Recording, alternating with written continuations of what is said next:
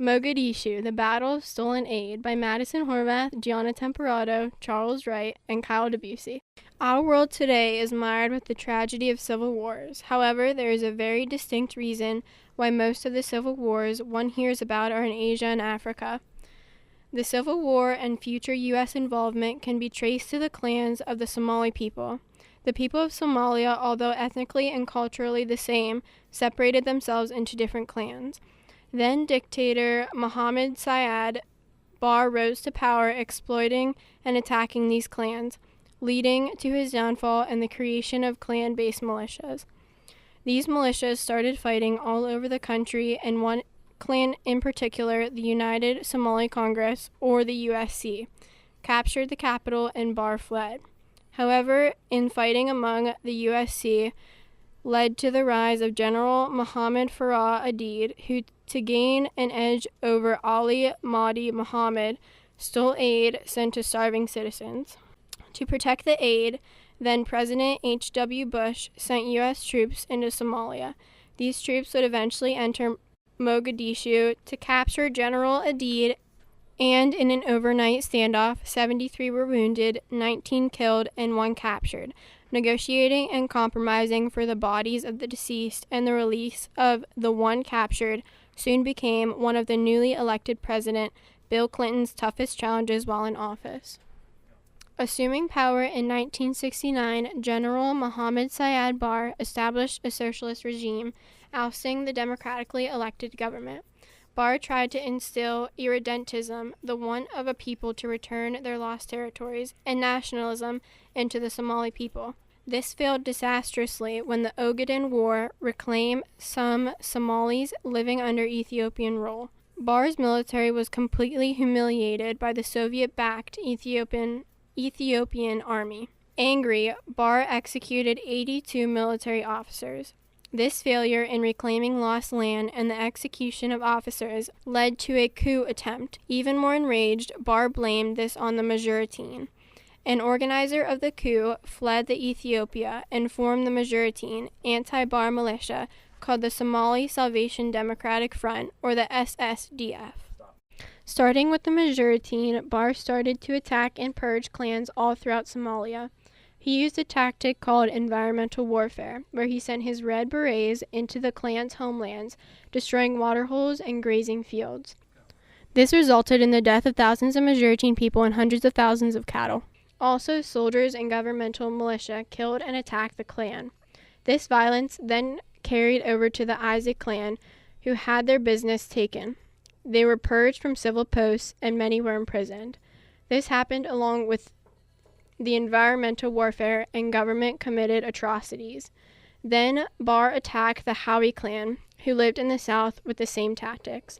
This government mistreatment led to the Isaac forming the Somali National Movement, or the SNM, and the Howie forming the United Somali Congress, or the USC.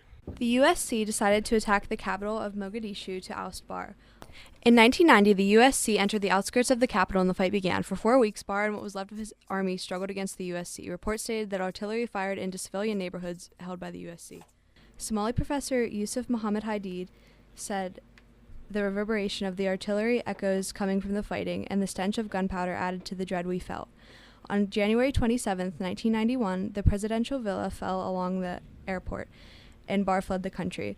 From the conflict, the USC declared itself sole government of Somalia, stating, "The government and the responsibility of the Somali people were taken over by the USC movement." However, many more clan militias were fighting for control on the rest of the country, and the fighting left Mogadishu devastated. Having control over the capital did not save the USC from collapsing.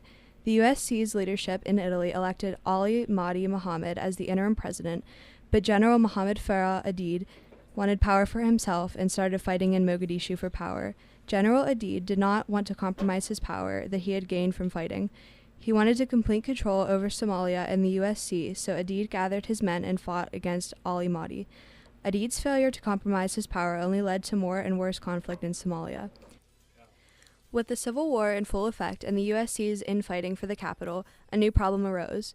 As the arid summer came and the Klan militias looked for ways to gain power, they used Barr's old strategy of environmental warfare, destroying grazing fields, water wells, and killing cattle.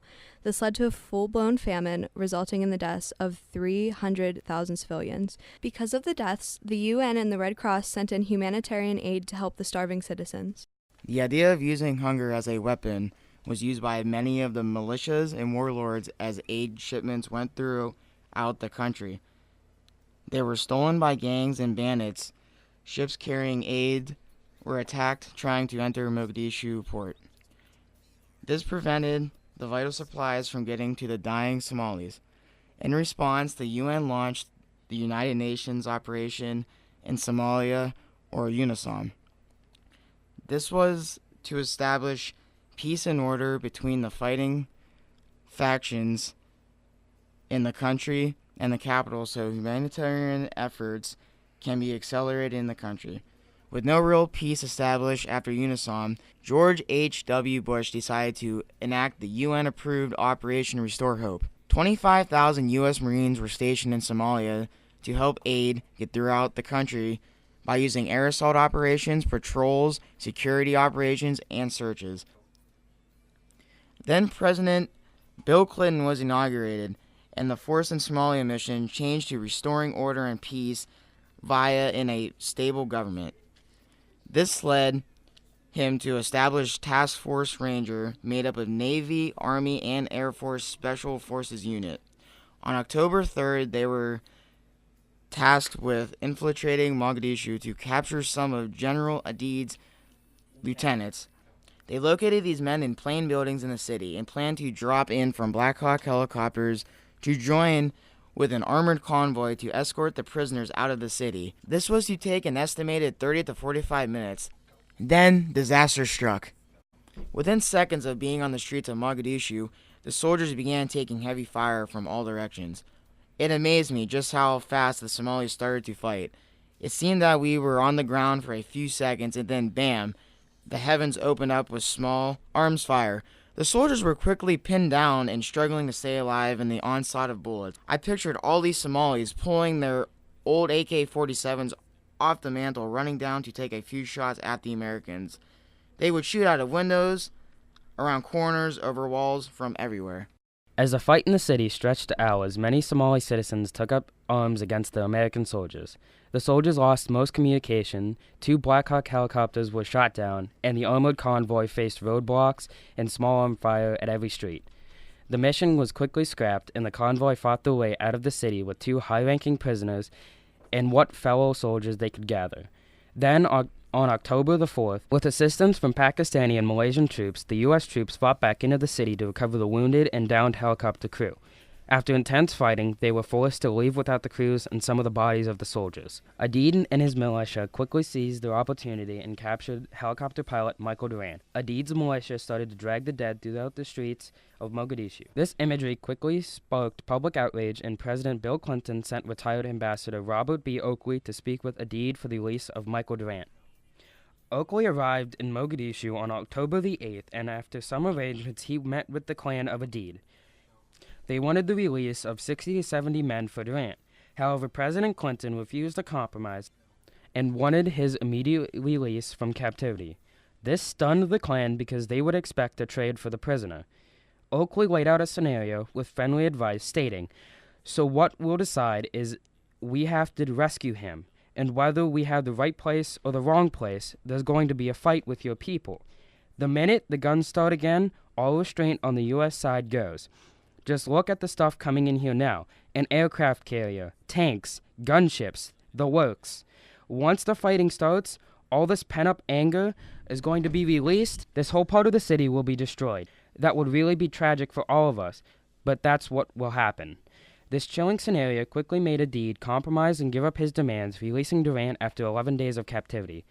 This conflict is an example of the amount of compromise that is in the world and how that affects us. With the USC capture of Mogadishu, General Aidid gained power over the men fighting in the largest city in Somalia. When the leadership of the USC elected someone else to take over power, Aidid became hungry for power and refused to back down. This led to the worsening of the conflict and the eventual intervention of the U.S. When it came time to negotiate for Durant, President Clinton refused to compromise and used threats to make the warlord surrender and give him up without any exchange for prisoners.